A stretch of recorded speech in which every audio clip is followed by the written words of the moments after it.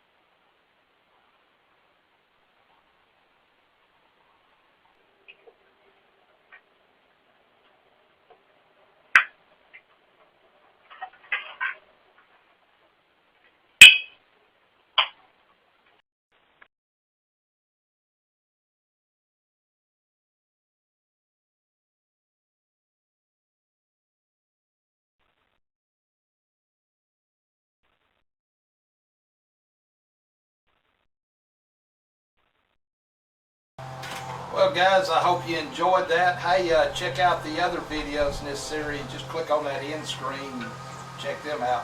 Hey, if you did, give me a thumbs up, subscribe to my channel. Till next time, I'll catch you later.